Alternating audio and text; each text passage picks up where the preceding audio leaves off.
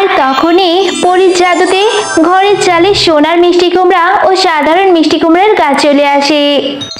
টয়া, এটা জাদুর সোনার মিষ্টি কুমড়ার গাছ। কালকে রেখে যাওয়া সেই মিষ্টি কুমড়া থেকে এত সুন্দর সোনার মিষ্টি কুমড়ার গাছ হয়েছে। মিষ্টি কুমড়া আছে গো, মিষ্টি কুমড়া আছে, আমার জমির মিষ্টি কুমড়া। একবার খেলে বারবার খেতে ইচ্ছে করবে। বোনেরা, ভাবিরা, তাড়াতাড়ি যদি নিতে চাও মিষ্টি কুমড়া নিয়ে যাও। ও শিবা ভাবি, এগুলো আপনার জমির মিষ্টি কুমড়া? বাবা, মিষ্টি কুমড়াগুলো দেখতে কত তাজা লাগছে, মনে হয় খেতেও অনেক মজা হবে। আমি এখনই একটি মিষ্টি কুমড়া কিনে নিয়ে যাব। দাও তো, আমাকে একটি মিষ্টি কুমড়া দাও। এই নিন ভাবি, মিষ্টি কুমড়া আছে গো, মিষ্টি কুমড়া, তাড়াতাড়ি নিয়ে যাও, ফুরিয়ে গেলে আফসোস হবে। আরে শেফালি, মিষ্টি কুমড়া এনেছিস? আরে তোর জন্য আমার খুব কষ্ট লাগছে। কত কষ্ট করে এই রোদের মধ্যে মিষ্টি কুমড়াগুলো বিক্রি করতে নিয়ে এসেছিস। তা শেফালি, আমি তোকে একটা ভালো বুদ্ধি দিই, শোন। আমার কাছে এই মিষ্টি কুমড়োগুলো সব বিক্রি করে ফেল। আমি তোকে 300 টাকা দেবো। তারপর না হয় আমি রোদে ঘুরে ঘুরে মিষ্টি কুমড়াগুলো বিক্রি করব। এতে তোরা রোদে পড়ে পড়ে কষ্ট করতে হবে না। না বাঘিনী ভাবি, তার দরকার নেই। একটু কষ্ট না করলে সংসারের অভাব কেমনে খুঁজবে বলেন তো? আর এই রোদ বৃষ্টিতে আমার কিছুই হবে না। আমার যে রোদে পুরো নিত্যদিনের অভ্যাস হয়ে গেছে বাঘিনী ভাবি। আপনি আমার জন্য এতটুকু চিন্তিত, এতেই অনেক। আরে শেফা, আমি তো তোকে ভালো বুদ্ধি দিলাম।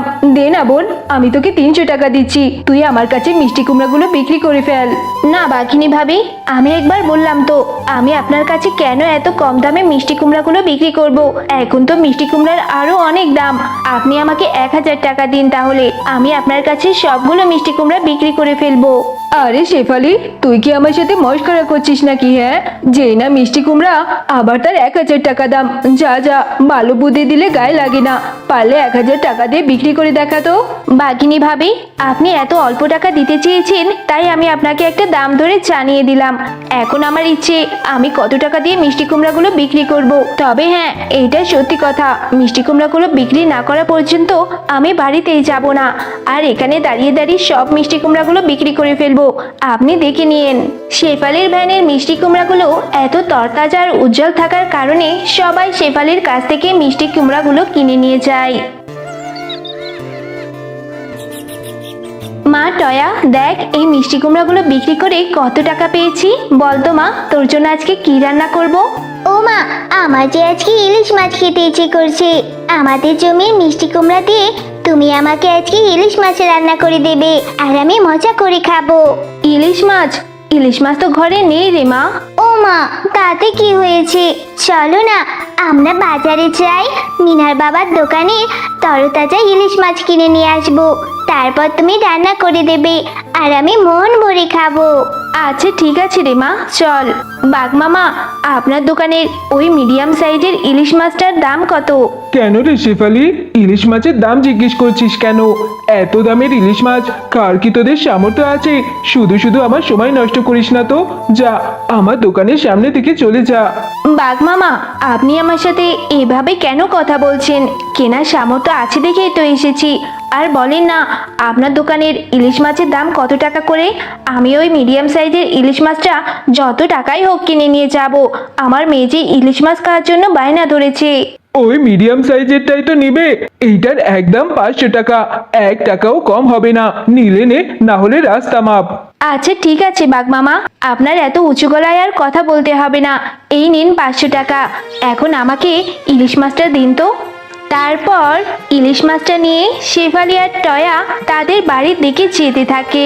অমনি সেই পথে বাঘিনী দাঁড়িয়ে থাকে। আরে আরে, এই শেফালি তো দেখছি মিষ্টি কুমড়ো বিক্রি করে আবার ইলিশ মাছ কিনে নিয়ে যাচ্ছে। এত দামি ইলিশ মাছ! বাবারে বাবা, মিষ্টি কুমড়ো বিক্রি করে তো ভালোই চলছে ওর। আমাকে কিনা মুখের উপর মিষ্টি কুমড়ো বিক্রির কথা না করে দিয়েছিল। আমার সঙ্গে পাঙ্গা নেওয়ার মজা বুঝবি রে শেফালি। মা, মিষ্টি কুমড়ো আর ইলিশ মাছের গ্রানে না পুরো রান্নাঘর ছড়িয়ে গিয়েছে। কি যে সুন্দর সুগন্ধ বেরিয়েছে না মা, আমার তো এক্ষুনি খেতে ইচ্ছে করছে। এই তো মা, হয়ে গিয়েছে। আর কিছুক্ষণ সময় লাগবে, তারপর তুই আজকে মন ভরে ভাত খাবি, কেমন? মা, আমি না মিনাকেও দাঁত দিয়ে এসেছি আমাদের জমির মিষ্টি কুমড়ো আর মিনার বাবার দোকানের ইলিশ মাছের তরকারির জন্য। তাই নাকি?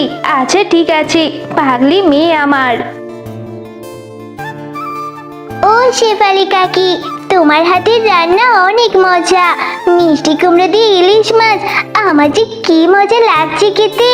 কাকিমা, আমার মা তো রোজ রোজ ইলিশ মাছ রান্না করে, কিন্তু কখনো তো এত মজা লাগেনি কাকিমা। হ্যাঁ রে মামিনা, ইলিশ মাছ যে আমাদের জমির মিষ্টি কুমড়া দিয়ে রান্না করেছি।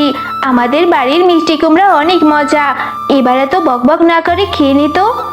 ও কাকিমা, সত্যি তোমাদের জমির মিষ্টি কুমড়া খেতে এত মজা, আমার তো মনে হচ্ছে তোমাদের হাড়ির ভাত আজকে আমি সব শেষ করে ফেলবো। আচ্ছা আচ্ছা ঠিক আছে, দরকার হলে তুই রাতেও আমাদের বাড়িতে খেয়ে যাস, কেমন? আর শোন, যার পথে আমাদের জমির একটা মিষ্টি কুমড়ো নিয়ে যাস মনে করে। তারপর তোর মাকেও বলবি মিষ্টি কুমড়ো দিয়ে রান্না করে দিতে।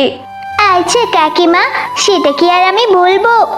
মা, ও মা, দেখো না তোমার জন্য শেফালি কাকিমা কি পাঠিয়েছে, মিষ্টি কুমড়া। মা, মিষ্টি কুমড়া দিয়ে ইলিশ মাছ খেতে যে কি মজা লেগেছে না। আমি আজ টয়াদের বাড়িতে খুব মজা করে ভাত খেয়েছি। কি বলছিস রে মিনা? তুই ওই ছোট লোক শেফালিদের বাড়িতে খাবার খেয়েছিস কেন রে? আমি কি তোর জন্য রান্না করিনি? মা, তুমি তো কত কিছুই রান্না করো, কিন্তু শেফালি কাকি তার জমির মিষ্টি কুমড়া দিয়ে যে ইলিশ মাছ রান্না করেছে না, ওইটা অনেক মজা হয়েছে। ওইটার স্বাদ অতুলনীয়। আমাকে এই মিষ্টি কুমড়াটা দিয়েছে। তুমিও কালকে আমাকে শেফালি কাকিমার মতো মিষ্টি কুমড়া দিয়ে ইলিশ মাছ রান্না করে দেবে, কেমন? না না, এই শেফালির চালাই আর বাঁচি না। ওর এত সুখ যে আমার আর সহ্য হচ্ছে না। 2 টাকার মিষ্টি কুমড়ো বিক্রি করে এত ঢং, ওর ঢং দেখলে আমি যে আর বাঁচি না। আমার যে এখন অসহ্য লাগছে। আমি এক্ষুনি ওদের সব মিষ্টি কুমড়াগুলো নষ্ট করে দেব। নে নে, এখন থেকে খুব শখ করে মিষ্টি কুমড়ো বিক্রি করিস। খুব বার বেড়েছে তোর, তাই না? মিষ্টি কুমড়োগুলো বিক্রি করে ইলিশ মাছ খাওয়া শিখেছিস, এখন থেকে টের পাবি। হাই হাই, এ কি হলো? কে আমার এত বড় সর্বনাশটা করলো রে টয়া? কে আমার জমির সব মিষ্টি কুমড়োগুলো নষ্ট করে দিল গো? হে সৃষ্টিকর্তা, আমি কার এত বড় ক্ষতি করেছি? মা, কেউ ইচ্ছে করে আমাদের জমিতে বিষ দিয়ে আমাদের জমির মিষ্টি কুমড়াগুলো নষ্ট করে দিয়েছে। থাক মা, আর কান্না করে কি হবে। চলো, এই বাকি বেঁচে যায় একটা মিষ্টি কুমড়া আমাদের ঘরে চালে নিয়ে রেখে দিই। এইটারই বীজ আবার ফিরে রোপণ করব। আচ্ছা ঠিক আছে রে মা, তাই করি। এরপর তারা ওই মিষ্টি কুমড়াটা নিয়ে তাদের ঘরের চালে রেখে দেয়।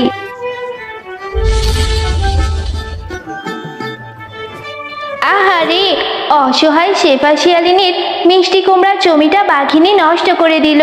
তাদের একমাত্র আয় উপার্জনের পথ ছিল এই মিষ্টি কুমড়ার জমি। আমি এক্ষুনি আমার মায়াবী শক্তি দিয়ে ওদের ঘরের চালে সোনার মিষ্টি কুমড়ার জমি করে দিই। এরপর পরে জাদু করে ওদের ঘরের চালে অনেকগুলো সোনার মিষ্টি কুমড়ের গাছ এনে দেয়। ও মা, দেখেছো আমাদের ঘরে চালে কত সুন্দর সুন্দর সোনার মিষ্টি কুমড়া হয়েছে। হ্যাঁ রে মা টয়া, এটা কিভাবে হলো? এক রাতের মধ্যে এইসব আমি স্বপ্ন দেখছি নাকি রে টয়া? টয়া, এটা জাদু সোনার মিষ্টি কুমড়ার গাছ। আর তোমরা এখান থেকে যত খুশি সোনার মিষ্টি কুমড়া নিয়ে বিক্রি করতে পারবে এবং সাধারণ মিষ্টি কুমড়াগুলো খেতে পারবে। তোমাদের দুষ্ট প্রতিবেশীরা হিংসে করে তোমাদের জমিটা নষ্ট করে দিয়েছে। তোমরা অনেক ভালো, তাই কালকে সেই রেখে যাওয়া মিষ্টি কুমড়া থেকে এত সুন্দর সোনার মিষ্টি কুমড়া হয়েছে। হে সৃষ্টিকর্তা, তাহলে তুমি আমাদের মনের কথা শুনেছো। যাই হোক, সোনার মিষ্টি কুমড়ো গাছ, তোমাকে অনেক অনেক ধন্যবাদ। হ্যাঁ মা, এখন থেকে আমাদের আর কোনো কষ্ট হবে না। আর সোনার মিষ্টি কুমড়ো গাছ, তোমাকে অনেক ধন্যবাদ। তোমার জন্য আমার মায়ের মুখে আবার হাসি ফুটেছে।